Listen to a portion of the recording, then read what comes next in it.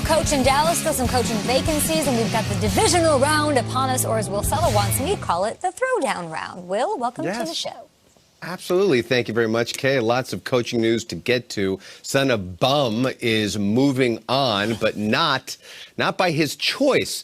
The Rams electing not to bring back Wade Phillips as their defensive coordinator, as reported by NFL Network insider Ian Rappaport. Now, Phillips' contract expiring at the end of the season. And in a statement, head coach Sean McVay saying, quote, his wealth of experience, sound advice, and helpful demeanor has been invaluable to our coaches and players, and also has set an example for me as a head coach and a leader of men, end quote. Phillips tweeted out his thanks to the Rams for the past 3 seasons and added he still wants to coach and feels like he can contribute. Fellow defensive coordinator Jim Schwartz is in demand. According to NFL Network's Tom Pelissero, the Browns requesting to interview the Eagles DC. If they are granted permission, this would be the 8th interview conducted by Cleveland. His last head coaching stint came in Detroit from 2009 to 2013.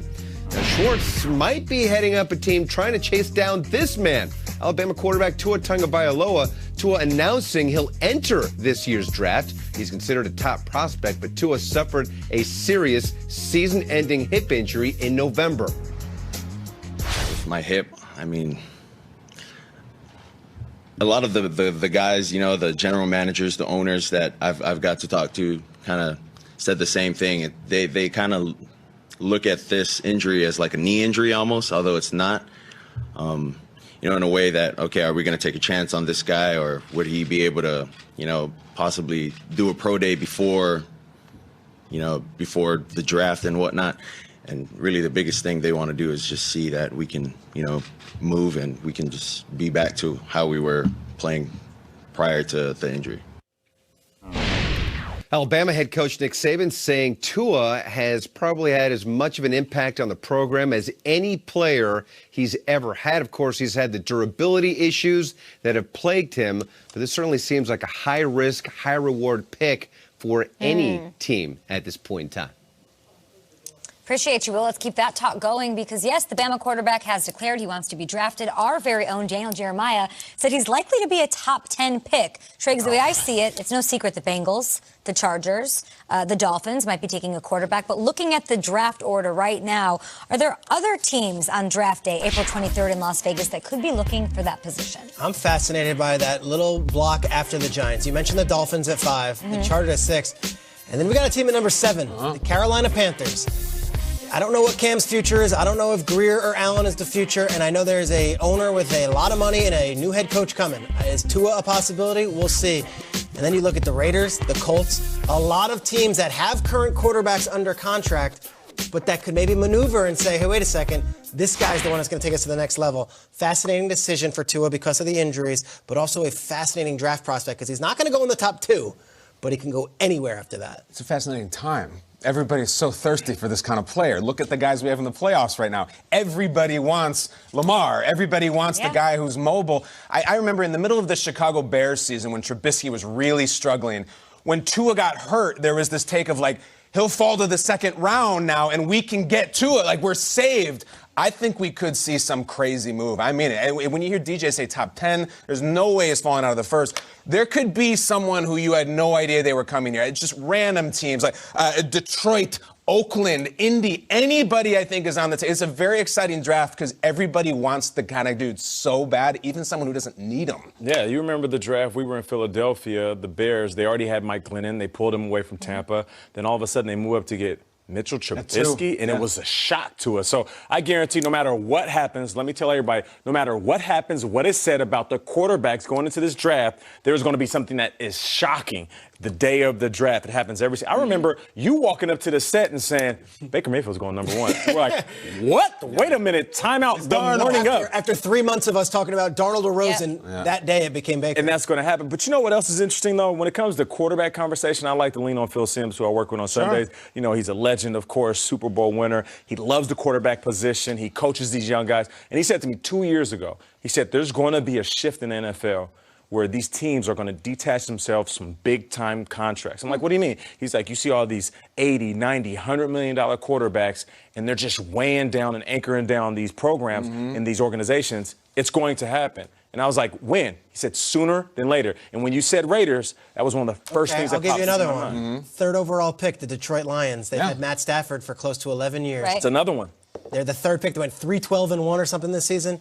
Could you see your Lions taking Tua and going quarterback? Yeah, because when you think about the financially responsible thing to do, what do? You detach from the big money, you bring in a young quarterback, you pay him relatively crumbs compared to what you were paying the big dollar QB, and then you build around him. Patricia's got to keep his job, too, right? Yeah. No This doubt. is No the doubt. season. Let's go. You doubt. hitch your wagon to that. And there's probably some of that in Detroit, but we love Stafford, and Stafford Twitter is very strong. Yeah. The results are not. So there's three that I mentioned earlier: Bengals, Dolphins, and Chargers. Do you agree on potentially they're going to look at quarterbacks? Then we add the teams you mentioned: the Raiders and the Colts, the Lions, as we just talked about, and the Bucs. So now we're up to 7, you guys, and there might be some surprises, like you're saying, Shriggs. I know it's early, but how many quarterbacks do you see going in that first round? We're hearing a lot about Tua, of course, Burrow, Justin Herbert from Oregon. Herbert, there's a kid Eason people like. There's also a player from Utah State people like. We could see as many as 3, or we could see 5 to 6. It's every year, you never know. Remember 2 years ago we had 5 quarterbacks taken in the first round with Lamar going 32nd. It could be one of those again because all of these teams that we mentioned are quarterback hungry, and I would look at like the Dolphins with 2 picks. Do they package something? Like there's so much intrigue here. And they have Rosen. They've got Rosen. He's already on roster. And Derek Carr is going to open the stadium in Vegas, or do you try to make a major play and get Tua instead? Even if they franchise tag Jameis or they do a short-term deal with him, they could reach for somebody in this draft, right? In the first round? Absolutely. Middle of it. How about the New England Patriots? Can they do something crazy and try to go and get Tua? Tua is that highly valued and highly sought as pre-injury. He was talked about as the surefire number 1 that Joe Burrow has this season. I don't think any team that has a quarterback question is off the board for making a big splash for this guy. Are you feeling a certain sort of way right now? I love the draft. To be them cheering your squad on from the stands. The NFL playoffs are here. Get ready to experience history. Take one step closer to the Super Bowl with your squad. Buy your NFL playoff tickets today. Ticketmaster.com/NFL to learn more. The throwdown round is almost here. Action on Saturday and Sunday. You are looking at it kicking off with the Vikings at the Niners, Seahawks at Packers. Those Ravens play.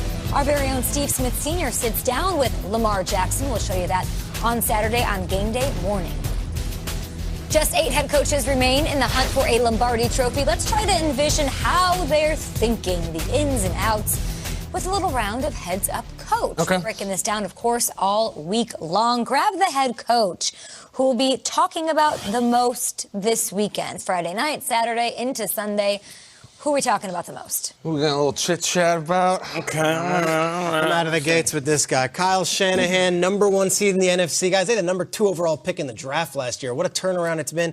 Likely your NFL Coach of the Year leader out of the NFC at the very least.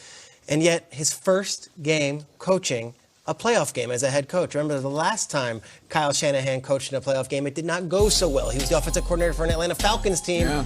Yeah. But guess who he's coaching against? That guy, his one-time protege. Remember, guys, Kyle Shanahan was the offensive coordinator, worked for his father when they drafted Kirk Cousins, and he was very instrumental in replacing Robert Griffin with Kirk Cousins. Kirk Cousins was his guy. Kirk Cousins is the one who always points to Kyle Shanahan as his first mentor and leader. I am fascinated by dynamics. I don't know Star Wars well enough. I'm sure there is some sort of Luke and the Jedi. Padawan.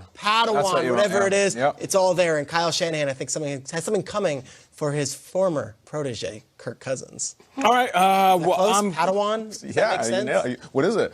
I don't know. Luke and Jedi? Yes, that's it, Peter. You got it? You good? You got it? Okay. Speaking of Star Wars. Yeah, so here's the thing. Bill O'Brien. Yes. You know, Bill O'Brien is he's pretty chill. You know, I was able to talk to him a few times this year, and he's really laid back. So here's the thing. I know this past weekend you guys were saying that my team is 0-22, went down by 16 plus in the second half, but we exercised that demon. And here's the thing about this game. I know you guys counting us out. Another demon we want to exercise is at Houston Texans. I've never been to a conference championship game. So if you think that Pat Mahomes plays big in big moments, you haven't seen Deshaun Watson play. So I'm going to go with my team, and we're going to get this win. All right, Bill, welcome. You can see the behind the scenes on that one on Instagram. All right. Just tape that whole thing with your eyes closed. Hi, my name's Matt. You asked who's going to get talked about? Yeah. I haven't gotten talked about much. Is winning 13 games in your first season good? I looked myself up on Pro Football Reference. The picture